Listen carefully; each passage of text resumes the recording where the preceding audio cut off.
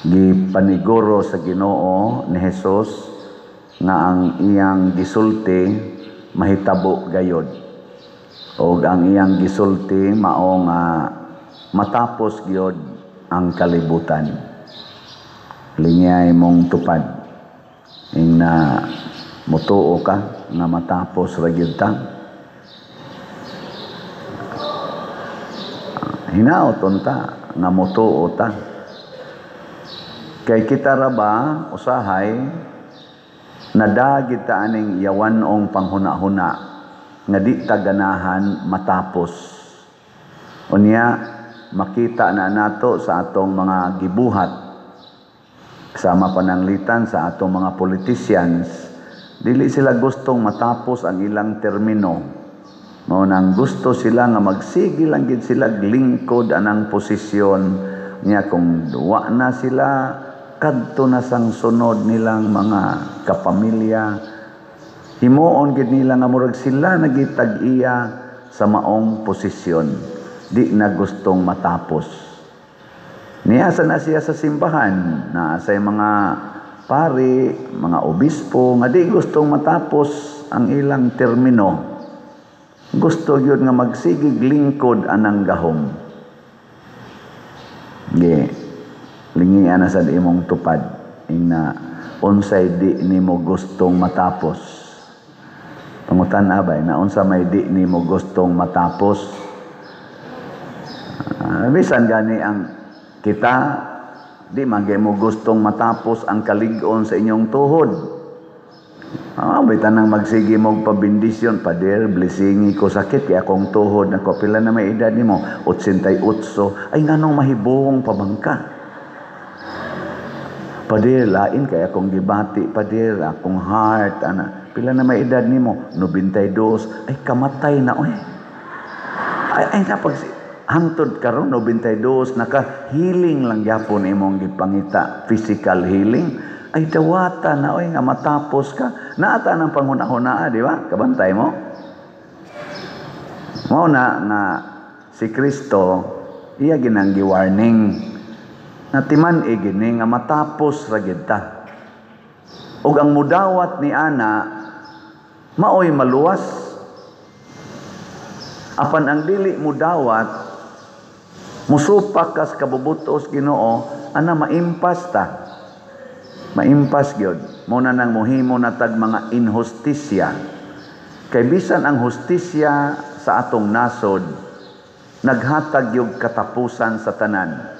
Sama sa posisyon sa pagka-presidente hangtod gyud barangay konsehal naagid nay termino. Kay matod palagis Ginoo, there is always time for everything. Naagid time for everything.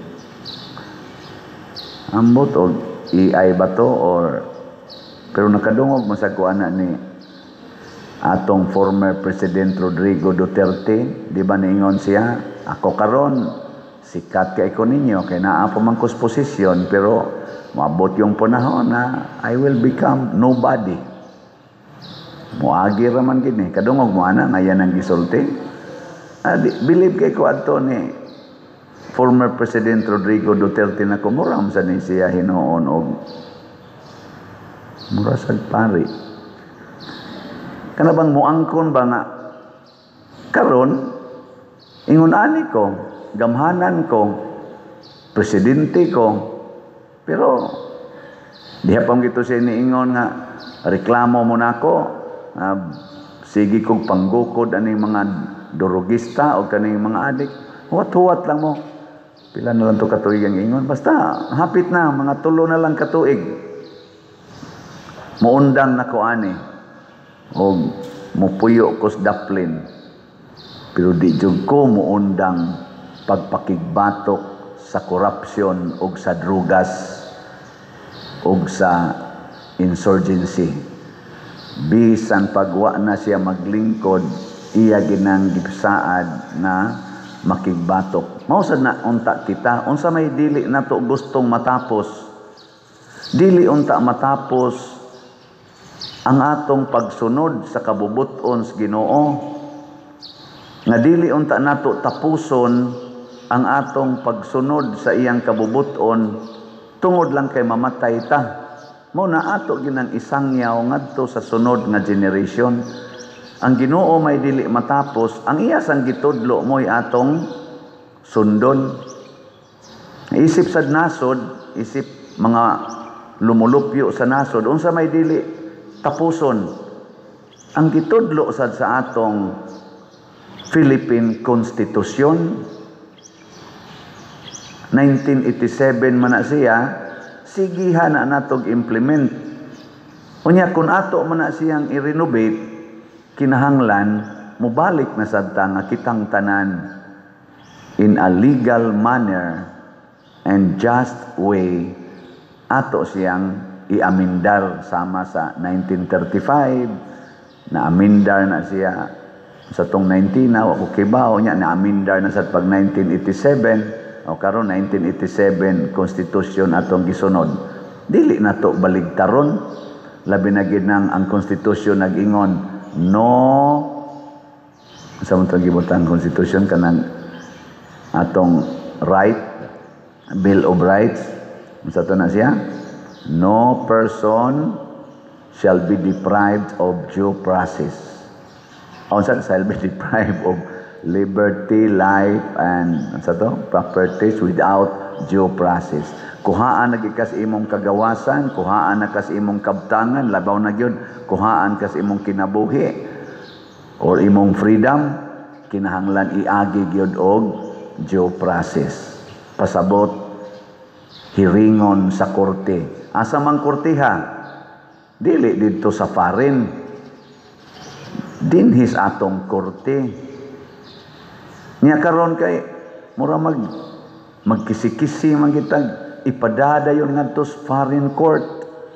Sa ato pawa na nato mapadayon, ato nang giputol ang gahom sa atong Philippine Constitution ug maunay dako kaayong problema kay hasta ang atong kaugmaon og seguridad isip mga Filipinos, isip sovereign country, posible namang maguba. Kay mura na magmas nisalig ta sa didto sa foreign court nga maoy mo husay og mo patunhay sa hustisya kontra sa atong giakusar nga mga kriminal bakaha or mga sad-an, dili naman ang atong Kortes Pilipinas. Maunay perting problema ha. Murabag ang problema sa inyong balay ipahusay nimo sa silingan, dako ginang problema. No? Away mo sa imong bana o niya ang muhusay inyong silingan. Okay na ninyo?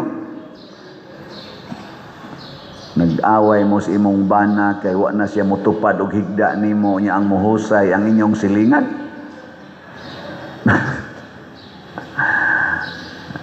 Nagwala ang bana kay wa pahikapas asawa o niya ang muhusay ang silingan. Di na mahimo eh. Gitawag nag domestic affair. Domestic. Pasabot inyo ra na. Nya kanisang ato dinhing mga korte. Kaanogon anang nagsigigtik, anang bar exams, dagko kay gasto, naapatay Supreme Court, naapatay mga unsa pa na diha, Court of Appeals, naapatay Regional Court, unsa pa nang uban. Pulos man na yun mga lawyers, pulos man na mga nipasar sa bar exams according to our standard sa Philippine Constitution. Di na nato gamiton, kasayang pud ana nila. Kadtog yung mga foreigners na wa gay tumubati og unsay gibati nato dinhi. Wa man ganito katilaw sa atong pagkaon tingali nga kanang kiampi og luyag asin na lang, usahay maglaga na lagabon. Nya sila mo hearing na to. Wa magisla kasuway anang atong mga classroom diri nga hapit wala naman ay mga electric pan, wiring kuranan, busluton pag-atop, hastang CR mga gubaon kaayo. Wa man sila kasuway ana nya moy mo hearing na to. Wa sad sila kasuway dinhi katilaw nga gipang-rape na o gipangpatay sa mga adik ang mga estudyante nga naglakaw sa daan magabi o mahapon. Gipangtulis ang mga pamilya, gipanghiktan pag wires telepono sa mga adik. Umana sila kasuway. Nya sila mo hearing na to. Di ba? Uy. Labaw tanan, wa na sila kasuway palit og slot. Wa gyud nila kasuway palit og slot para atong ipataod og hilifans, para atong pintal aning atong gakabang lang nga kisami in taon tungod na sa kadugay upag na kayo. Pagpaayo anang atong CR nga, ang CR sa mga laki inig CR nimo mura jud kag ni id sa panuas lubi kay mubo kayog ali kita kay kadito sa atbang inig tuyok nimo basta lagi manambo ang presidente kita oy karon arang-arang na gastom ta na kantong ato dihaluyo murag banwa perting daghanang sagbot wa man nakasuway sila dito ato man dinhi ato nang giatubang mo nakita ra sa dinhi magsabot-sabot kay kita may nakasuway kita may nagpuyo sa kinabuhi o gigiyahan ta sa atong gitawag og common na batakang balaod ang Philippine Constitution kana sa national mo na ang rally karong Domingo nga himuon sa simbahang Katoliko usa na kapag supak sa corruption, injustisya ug lack of transparency. Nagrally na sad ang Iglesia ni Cristo, KOGC ba to, GIL o ubang sektor niadtong pila ka Domingo milabay mao gihapon ang singgit transparency, accountability, justice.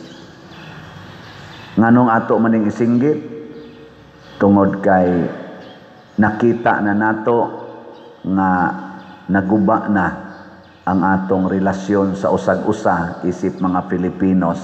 Nganong naguba man kay ang atong konstitusyon gimanipulate na. Ang atong balaod gibawog na, bend the law. Kuyaw ra ba kay nagma-bend ang law? Bisan og wap anak ma-break pero kuyaw na kay na. Pariha nang imong hawak kanang imong vertebrae ba kanang imong kanibang atong sa tawag na backbone. Kung mo bend na siya bisag wap a ma-break purtig yung problemaha. Ang imong naong hapit mo abot sa yuta. Maglakaw ka, magtuwad na kahapit. Na-break ba na? Wa. Unsa man, ni bend lang. Pero porti na yung dakuas problema. So, di ginasakto nga moingon, we can bend the law. Di pwede eh. Kanang imong liog, dili na to i-break, i-bend lang, pastilan. Maglisod kag lingi. Stiff neck ba or unsay tawag ana basta di nakakayanghag ingno ka naitiki hay na di ka di ka kita og ni ben ang imong diani liog nya perting sakita na iana tabla ra sa nay na break oy pero wa ma break bend lang pero dako na kay balaod sa tong liog ana man gitaho mao na balaod sa liog pero mo ana na siya mo bend na ti na gyud magkadimao mga guba yung relasyon sa imong lawas. Mauna, let us be very careful. Ug muna nga ningon si Jesus, diris atong ebanghelyo matapos rata. Apan na ay dili matapos kinsa man ang nakita sa unang pagbasa ang labing gamhanang Dios nga nagsapot og kalayo na sa lingkuranan nga kalayo kani nga kalayo nga gihisgutan ang meaning ana purifying power kana bang mo purify mususi mao to katong mga mananap nga upat ka buok ni ending yung nangamatay sila naay mga andakiro kayo naay mga sabaan kayo pero niabot yung panahon na ngahilom sila pag-atubang nila sa labing gamhanan naay labing gamhanan mga igsoon nga atong atubangon o kinsa may iyang tagaag pabor ang tao rasad nga mudawat nga kita di ay dinhi matapos dili ta magpatuyang sa atong gusto kay ini katapos nato dunay hukom mura bag estudyante ba di jud ka pwedeng magsige ra jud kag eskwela tapuson ginani mo ang school year, pero pagbantay kay inig katapos sa school year dunay exam. Nay exam. Nilingiyay mong tupad. Ning naandam na kas exam. Andam na. Basin ba mura kang estudyante nga bisag duol ng exam, baliwa ra gyud, baliwa ra. Pag abot ng exam, kabuag pangamrot og answer sa classmate Di ra ba na madag kopyahay kay matud pang San Pablo kada usa nato individual gyud ang exam. Unya dili pwede cheating kay ngano man all knowing ang atong teacher, ang atong judge, all knowing, di pwede malipat-lipat no nang kaybaw gid siya nga kanang imong tupad ba kaybaw kay siya prepared ba na or unprepared. Kana imong tupad ba? Bisan pag moingon na siya, prepared na ko kay sige gugog simba. Ay jogging na. Nganoan, og mahadlok pa kang matapos, unprepared ka. Hadlok pa kang mawa ang imong mga good health, ang imong power, ang imong wealth, unprepared ka. Katapos ang lingi ing na dool naman yung concert sa Sweet Notes. Ina nakapalit na kag-ticket, pangutan na ba? Kapalit na. Og wa ka kapalit sa ato pa, unprepared pa ka. Karon palit na. Palit na gyud karon kay para dili ka mahimong unprepared. Unsaon na nimo imong kwarta, i-prepare nimo suway siguro. May pani ikaw nya pa din og mamatay kuwa pa moabot ang concert sa Sweet Notes ay counted na nga nakahimo kag maayo para sa simbahan kay fundraising man nato. Makatan-aw kag sa dili di na mo matter. Ang mo matter giunsa nimo pagsuporta ang kalihukan para sa katilingbanong kauswagan nga mao ang simbahan. Matapos ka ang simbahan, dili pa matapos. Matapos tang mga Pilipinos individually, pero ang atong nasod dili matapos. Kanay atong suportahan, dili ang atong individual welfare, but the communal welfare.